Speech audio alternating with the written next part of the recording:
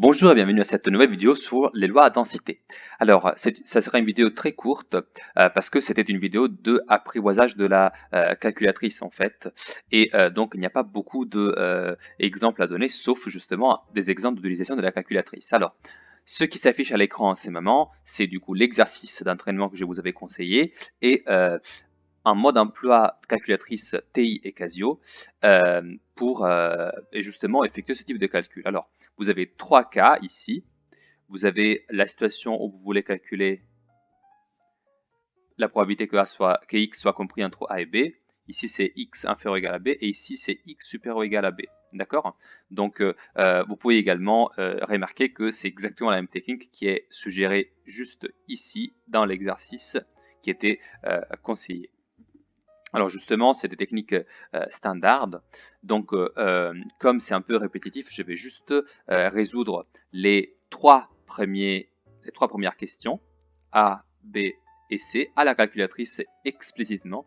Et je m'excuse, mais malheureusement, je ne dispose en ce moment que d'une calculatrice de type Casio. Donc voilà, je détaillerai cela avec cette calculatrice. Et je vous invite, si vous avez une TI, toujours à utiliser les vidéos de Yvan Monca qui sont très détaillées sur ce sujet, ou également juste à faire référence à la fiche de résumé des techniques qui se trouve ici juste à droite.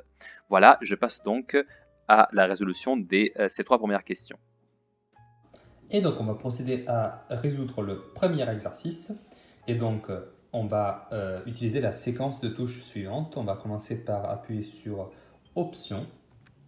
Et là, on va aller sur Stat, donc F5. Ensuite, sur Distribution. Et on va sélectionner Norme comme normal, juste là. Et ensuite, NCT, qui va donc nous permettre d'insérer 4 arguments dans la parenthèse. Alors le premier, du coup, c'est la borne inférieure. La borne inférieure, ici, dans notre cas, c'est 0, parce qu'on étudie la probabilité que x soit entre 0 et 0,5. Donc on va mettre la virgule, attention à ne pas la confondre avec le point.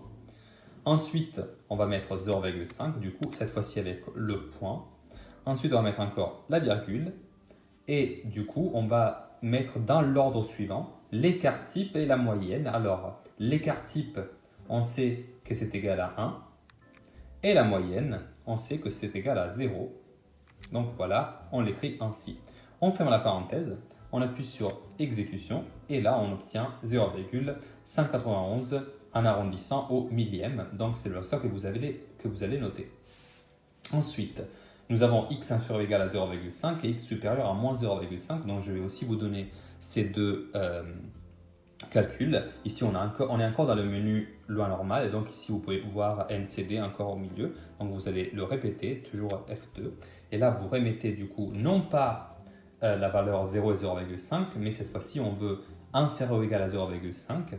Et donc, ça veut dire qu'on va de moins 10 à la puissance 99. Ça, c'est parce que c'est notre meilleure approximation de moins l'infini jusqu'à 0,5. Oh, attention à ne pas écrire toujours dans l'exposant, mais à descendre. Donc, vous appuyez ici sur virgule. Ici, vous écrivez 0,5.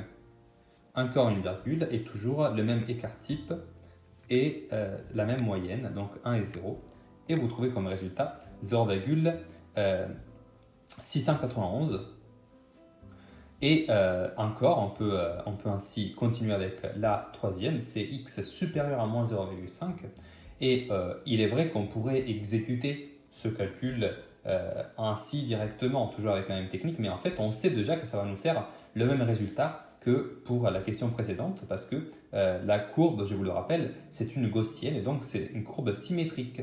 Et donc, on a vu une propriété dans le cours qui nous permet d'affirmer que la réponse à la question C est la même que la réponse à la question B. Mais bon, imaginons qu'on ne l'avait pas vu, et donc on refait toujours la même technique, et cette fois-ci, du coup, on a x supérieur à moins 0,5, et donc on va de moins 0,5 jusqu'à plus l'infini, et on va le représenter du coup celui-là par 10 à la puissance 99. On descend encore une fois, on appuie sur virgule, et puis on va mettre 1 et 0. Tac. Et on trouve le même résultat qu'on avait trouvé auparavant. Voilà, donc je reviens à l'autre.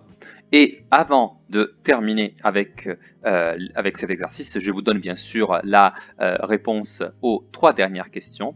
je vous invite d'abord toujours à effectuer les calculs par vos propres soins, mais si vous l'avez déjà fait, je vous donne donc le résultat. Les trois résultats déjà arrondis du coup au millième sont les résultats qui s'affichent en ce moment à l'écran. C'est juste une vérification pour voir si vous avez bien effectué les calculs.